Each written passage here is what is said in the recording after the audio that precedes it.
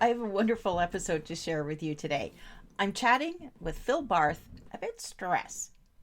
Not that I want to start a debate on who has more stress, us moms or our husbands and partners, but studies have shown that women are more prone to suffer from extreme stress. I mean, let's face it, from the time that our kids were born, the demands on our time has been relentless. Even now that kids are getting older, those demands, they're still there. And then you add on to that work, career stress, and then maybe you're caring for aging parents or even grandkids. The stress is still there. But the good news is that there's things that you can do to bring focus back on ourselves. And in this episode, we chat about stress management, the importance of starting your day off right, and why we should all be more like dogs. Buckle up. This is going to be another great ride. This is the Roller Coaster Podcast. We are here to help you be empowered and renew your sense of purpose as a midlife mom. This is your time to redefine and reclaim your power as a woman. Just because our kids are getting older doesn't mean that our lives still don't have crazy twists, turns, ups and downs. And that's not to mention what our hormones are doing. We're navigating helping our kids plan their next chapters while quietly wondering, what the heck does my next chapter look like?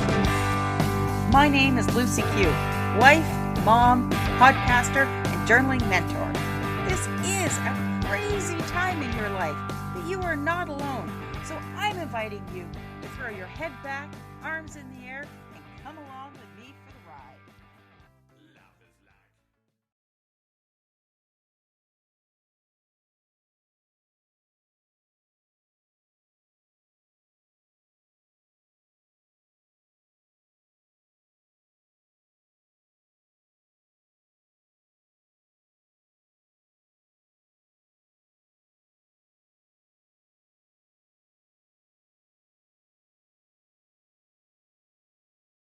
Welcome to the roller coaster, Phil. How are you today?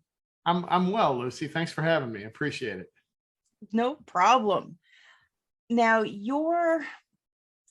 our conversation today is going to be focused around stress. And I don't know about you, but I really feel that over the past few decades, and I almost want to say since the 80s for some reason, stress seems to be a bit of an accolade or a rite of passage to success, a yardstick that we're using to measure our own self-worth. But for you in 2015, you had a little bit of a wake-up call and you had a heart attack that your doctor actually attributed to stress. Yes. Yeah, exactly. So, and you're spot on. I grew up in the 80s and it was just kind of like an accolade, oh, I can take on all of these things. And that didn't change in the 90s or the 2000s. I can do it all. I was the kind of person who liked to see how close I could cut it to making the flight and drive like crazy to get there, risking speeding tickets. Well, to be honest, risking my life the way I drove sometimes, but kind of that stress junkie, as if it were a badge of honor. Look at me, I'm king of stress. And all of that changed in 2015. So, at this point, coming into 2015, married, 3 kids of varying ages. I want to say the youngest was, at the time of the heart attack in 2015, the youngest was probably 11 and up from there. And same deal. Even having kids didn't stop the stress. In fact, it threw more on. Oh, we got to get them to baseball. We got to get them to band practice. We got to get them to whatever and get them to scouts. And it was just like, yes, I can do it all. And even knowing I was taking on all that stress, it's like, oh, there's good stress. It's all good. I'm Superman. And I wasn't. And I found that out in 2015. And I think ultimately, one way or another, our bodies will let us know if it's okay with what we're doing. And I always use the analogy that at first it's going to give you whispers. And if you don't pay attention to the whispers, it's going to shout at you.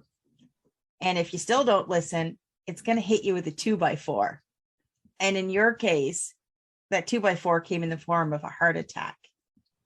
Correct. And you're spot on the analogy. I looked after the heart attack, after I got hit by the 2x4, I looked back and could see all of the signs that where the health was starting to decline and the stress was getting too much. And I wasn't listening to the whispers, and I didn't listen to the shouts. In fact, after I got hit in the head by the 2x4, I wasn't quite ready to listen yet either, because I was at scout camp with my son and had this it was a heart attack. We didn't know at the time, right? I was feeling terrible. My blood pressure had tanked, and they said, we need to send you to the hospital to get you checked out. Well, the doctor said you had a small heart attack. And so I told my wife this. I can't believe I said this, but I was supposed to go the next week to speak in Las Vegas. We were both going to go to Vegas. And I told my wife, I said, I'll bet you they get me fixed up in time for me to go to Vegas next week. And she just looked at me like, you're insane. And looking back, it was a really dumb thing to say. And in fact, that week at camp, I was feeling bad, and I thought, again, the body's starting to shout. And I thought, I probably need to go to the doctor, but I'll do it after Las Vegas. And the next week I'm going to Myrtle Beach for some meetings, so I'll do it after that. So I wasn't listening, and that's when, to your point, the body just grabs a 2x4 or one of my baseball bats and just boom upside the head. Yeah. And then I think my wife wanted a 2x4 when I told her, I'll bet they could fix me up in time. But I was going to say, if you make a woman mad enough, she doesn't need any weapons. The look was enough. The look is all you need. You're probably right. And yeah, I was completely wrong about that. And it's something that I've seen even today. I see, because I watch a lot of YouTube videos, whether they're motivational type of videos and there are some people out there, and I'm going to say, not to point the finger, but 99% of the time it's a man saying, you've got to grind, you've got to go, you can sleep later on. If you can get by in 3 hours sleep, do it. And I think that's absolutely insane, because if we're going to drive ourselves to the point of exhaustion and illness, what's the point of why we're doing it? Right. Absolutely. I would get up first thing in the morning and turn on the coffee maker, but have a K-cup while I was waiting for the coffee and get fully caffeinated, and then, continue with the caffeine through the day. So I could just go. This is all pre-heart attack, I have to tell you. And then in the evening, you work late and you crash and burn into bed, and you repeat the cycle every day without considering what that was doing to my health. And the body gave me the wake-up call, and things have changed. And when I think about women and stress and this whole notion of go, and I think the reason why I want to say it goes back to the 80s is because that's really when you started to see more women entering the workforce. And those women were essentially having to compete in a man's world, yet still be that wife, that mother, that caregiver, that everything else. So I think that was really, for women, the starting point for where this, where some of our stress comes from. And you add to that a lot of us women, and it's not just women, men do it too, we put this unnecessary pressure on ourselves. I almost want to say to be perfect, to be that, that perfect manager, that perfect employee, be the perfect mom, and just trying to keep up with that level of perfection is a stress in itself. Absolutely. And my wife in 2015 had the added stress of having to deal with the husband who was recovering from heart attack and the stents and everything like that. She's my rock, and she helped me through it. And some other things on her side had to drop to kind of help take care of me and help take care of the kids. But you've somewhere along the line, it, as you alluded to earlier, it wasn't an immediate, oh my God, I've had this wake up call, I need to change. It still kind of took you a little bit of time. So how did you begin to become aware of those things that you needed to change, and what were some of those initial revelations that you had? It did. That's a really good point. So the first thing that happened was the surgeon who operated on me came in day after and said, look, you need to manage your stress. It's just not worth it. Your body is revolting because of stress. And I wondered how he knew it, but in truth, physically, I wasn't in terrible shape. I was exercising. I was eating not great, but not bad. And so he knew it was stress. And he said to my wife and I, he said in front of my wife, and this is how it wound up happening, was he said, you need to take 1 week every 3 months and just unplug and de-stress. And he said that in front of my wife. So come a little more than 3 months later, there was a period of recovery. And then March of the next year, my wife said, it's been 3 months. You're going to take a week off. And we did. We didn't go anywhere. I still wasn't physically ready to go on a vacation, get on a plane, anything like that. But we stayed at home and we just went to the zoo one day with our youngest and then to the art museum the next day. And what happened was each day, at the end of the day, I posted on social media, here were the great things that happened to me today. And people loved it. And of course, if you get likes or loves on Facebook, you just got to keep going, right? And so I thought, well, I could do this for 5 days because I'm on vacation, but what happens next week? And I thought, I'm going to keep trying to find the great things in life and what's good. And it's been 6 years almost, and I'm still finding them. And it becomes easier. So I trained my brain to kind of, instead of looking for the next, what am I going to next, or worrying about what's going wrong and how am I going to solve it? It's training my brain to find out and be grateful for what's good right now. And you start training your brain. And I'm reading more and more about the power of the subconscious mind. And you start putting that in there and it just finds it for you. And suddenly you have this lower stress appreciation of what's good lifestyle going on.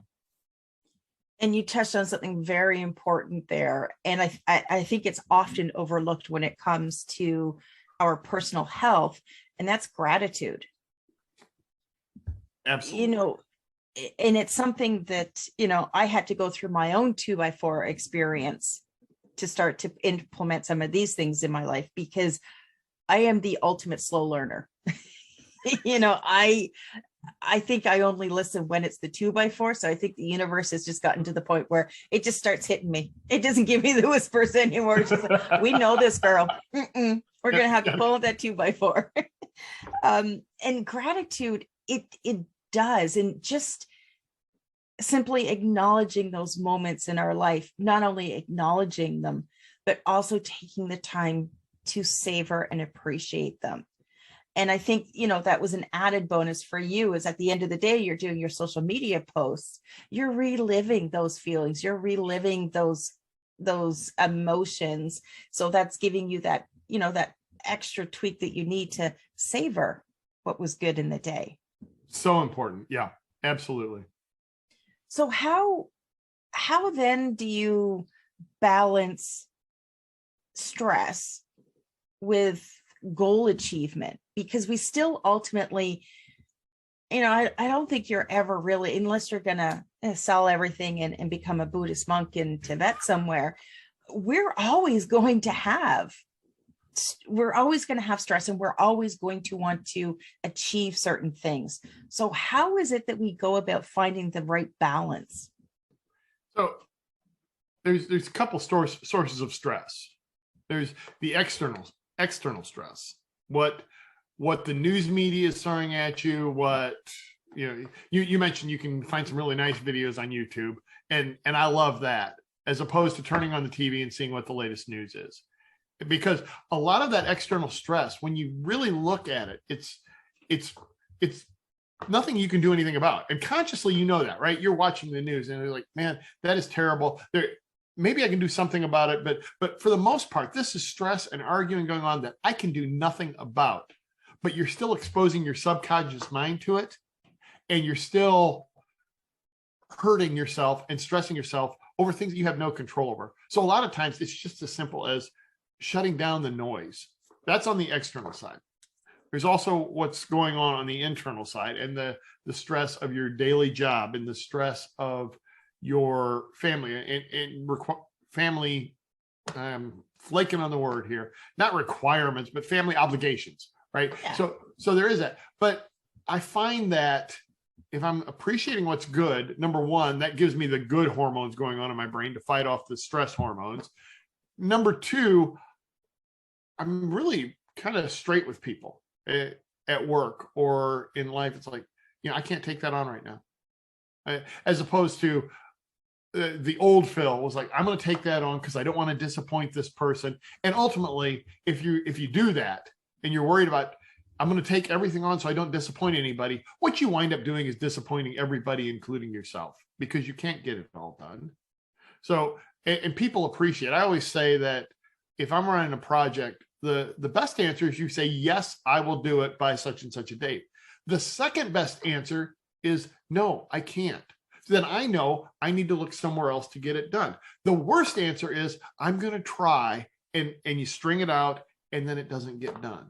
And it hurts you and it hurts them. So I'm really, really conscious about what I take on. And there are some things that I don't want to take on, but I have to. And there are some things I want to take on. And I do as many of those as I can. And then there are some things where I don't want to take it on. I don't have to. Somebody else can do a better job. And you just immediately say, I'm sorry. I don't have the bandwidth. Please accept my apologies, but no. And that's critical. And it's a hard lesson for us to learn, because a lot of the times we don't want to disappoint somebody. But I've had to come to learn that saying no is actually saying yes to me. It's a really good way of putting it.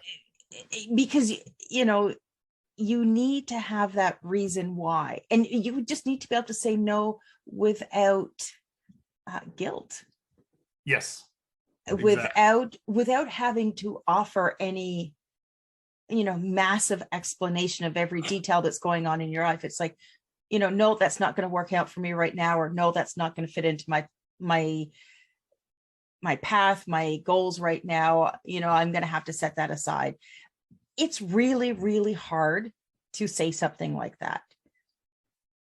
Yep. But when you say that, when you say no to something, you're giving yourself the time and the freedom to focus on what's important for you, those goals that are important to you.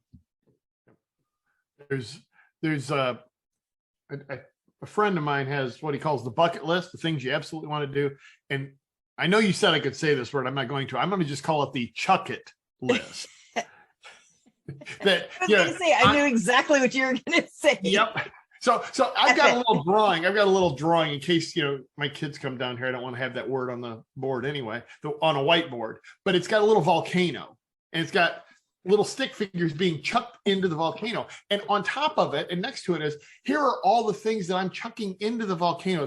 It's like a win, right? This is how I do it without guilt. These are the things that I'm throwing into the volcano. I'm saying no to, so that I can say yes to the things that are really going to be critical to who I am and who I want to be. And you said it, you want to be able to say no without guilt, but the second best answer is no with a little bit of guilt. And knowing that you'll get over the guilt and you will be moving toward the life that you are meant to lead. Is that something that you knew prior to your heart attack, or is that something that you had to establish afterwards? I knew it in theory. Okay, so about 15 years before the heart attack, I had a situation at work where we had been bought out by another company. And they said, look, we want you to stay through the end of the year, and you're going to have maybe an hour to 2 hours of work a day, just making sure things don't blow up. We're going to take care of it. You're basically getting the year off.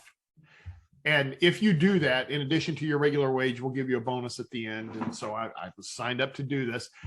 And what happened was I told my wife, well, look, I can take the kids to the babysitter. I can take them to preschool. And so I did. And once a week we would stop at McDonald's for breakfast. And by the way, too much McDonald's can also be bad for your heart. I'm going to say that right now. But I would stop at McDonald's for breakfast with these two kids that I hadn't spent enough time with up until that year. And I was like, these are really cool kids. And this is really fun. So I had that year. And so philosophically, I knew it, that, make time for what's important.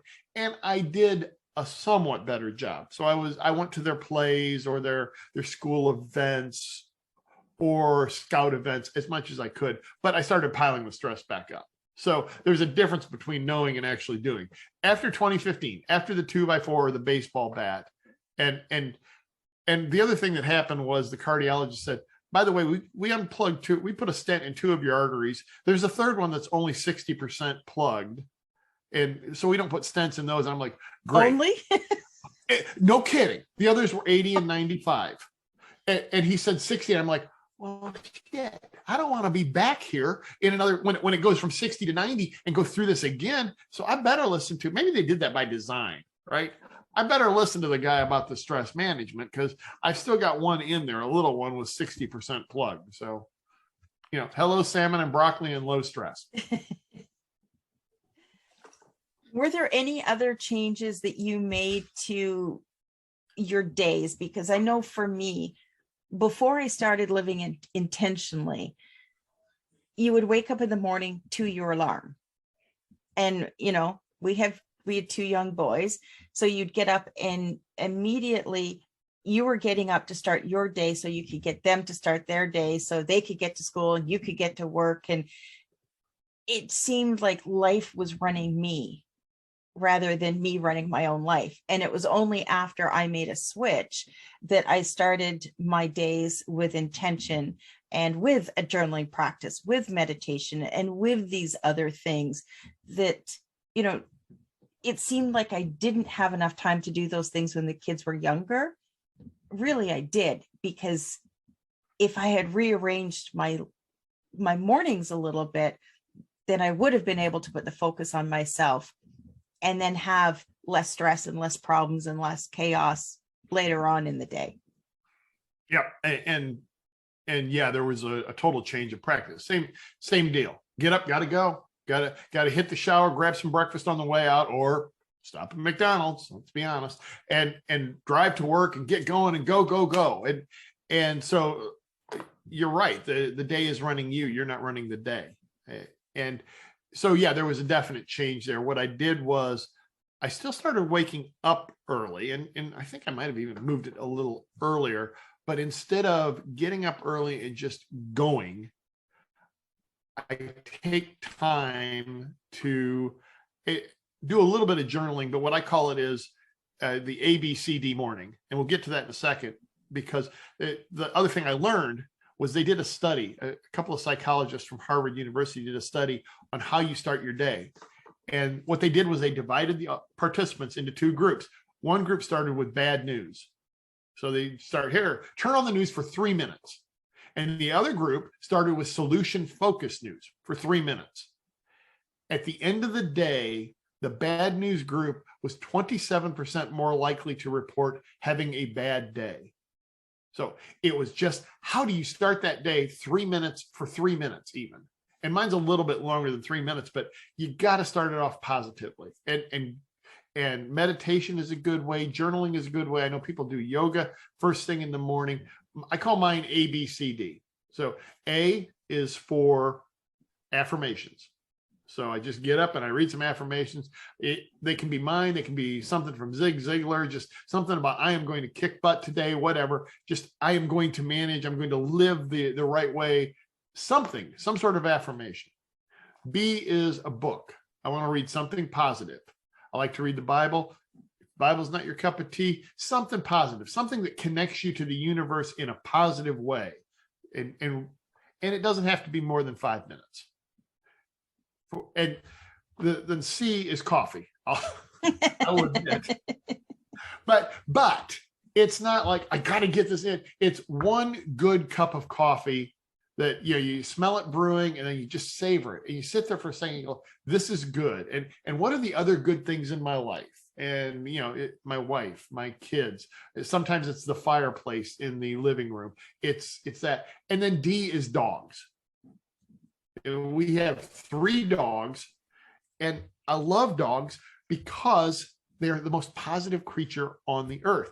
Our dogs get up first thing in the morning and they've been sleeping in their crate, and you open up the crate and they're like, oh, I'm so glad to see you. I haven't seen you in forever. And it's like, you know what, it's been 8 hours or something. And then you feed them dog food. And they're like, oh, this is the most wonderful food ever. You know, oh, this fancy gourmet dog food. And everything you do is wonderful.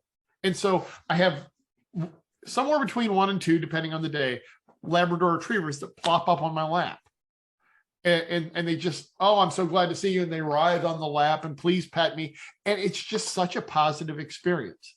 And so that whole thing, 10, 15 minutes, depending on how hungry the dogs are and how much they want me to pet them. But it just gets the day off on the right foot. And your stress is low. And I've still got the day to do what I need to do. But it's just a wonderful way to start the day. And I say the equation is A plus B plus C plus D equals G. G being gratitude.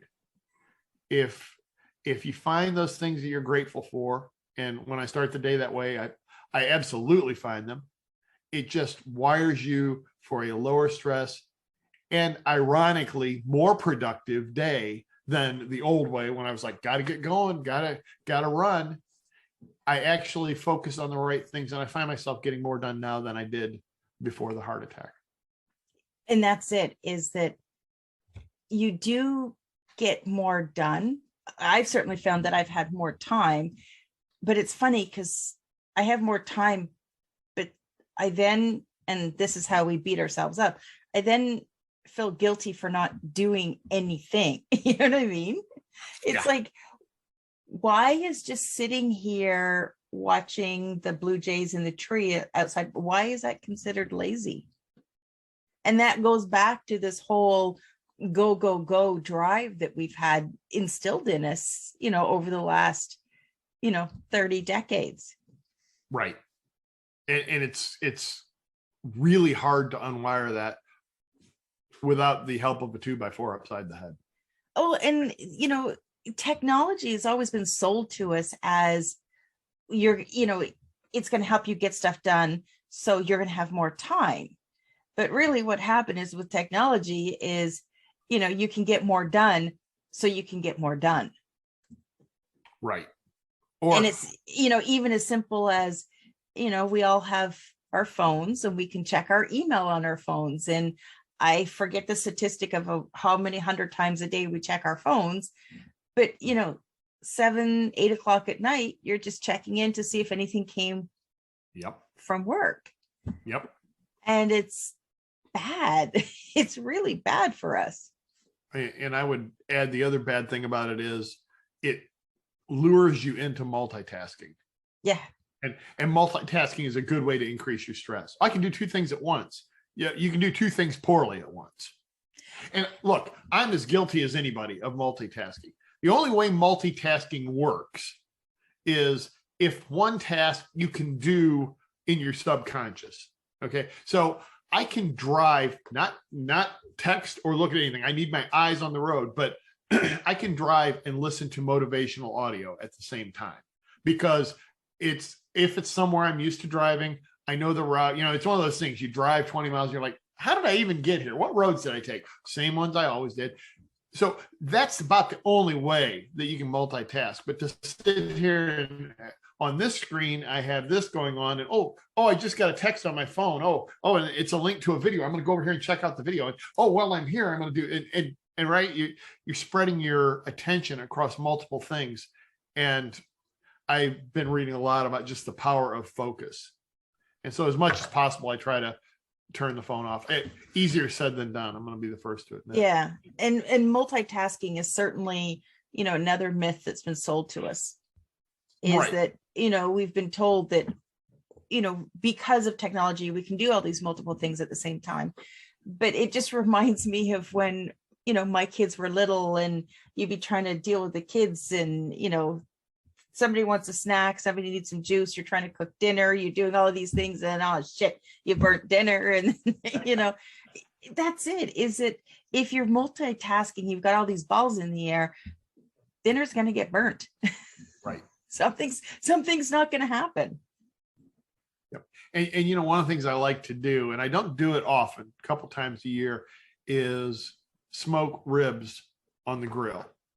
And because you just have like hours where that's your focus. And you just sit and I can watch the birds in the trees, and I can sit out there and maybe read, smelling that. And I don't have to worry, because it's like, I do it for my oldest son's birthday. He loves ribs. Actually, two of them do.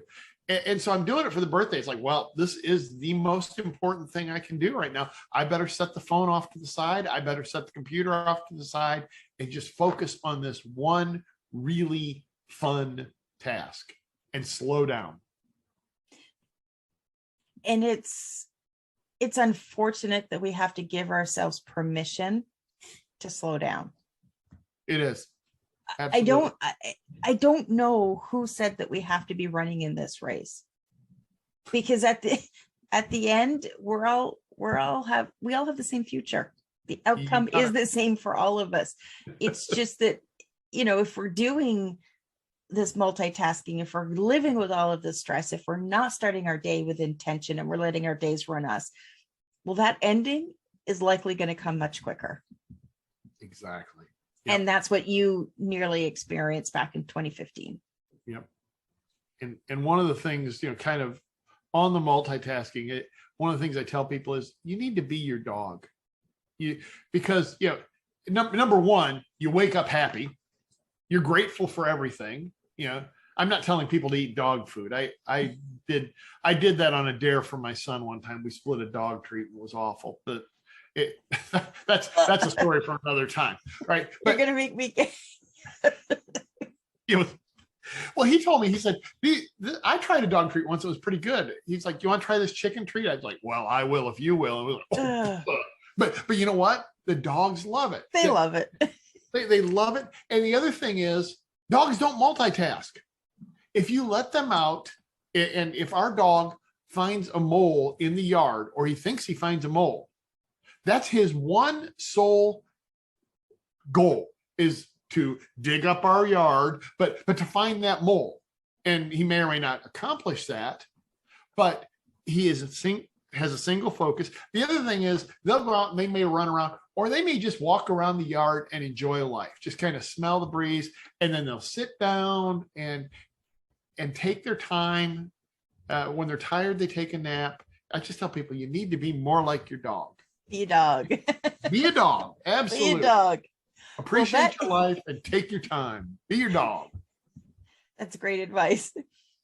Phil, where is the best place for people to connect with you? So, philbarth.com is my website. We are in the process of doing a complete overhaul of the website. philbarthbooks.com will take you to my Amazon books. And Phil Barth, I believe it's 7, philbarth.7 on Facebook. Hit me up with a friend request, or you can follow me. Yeah.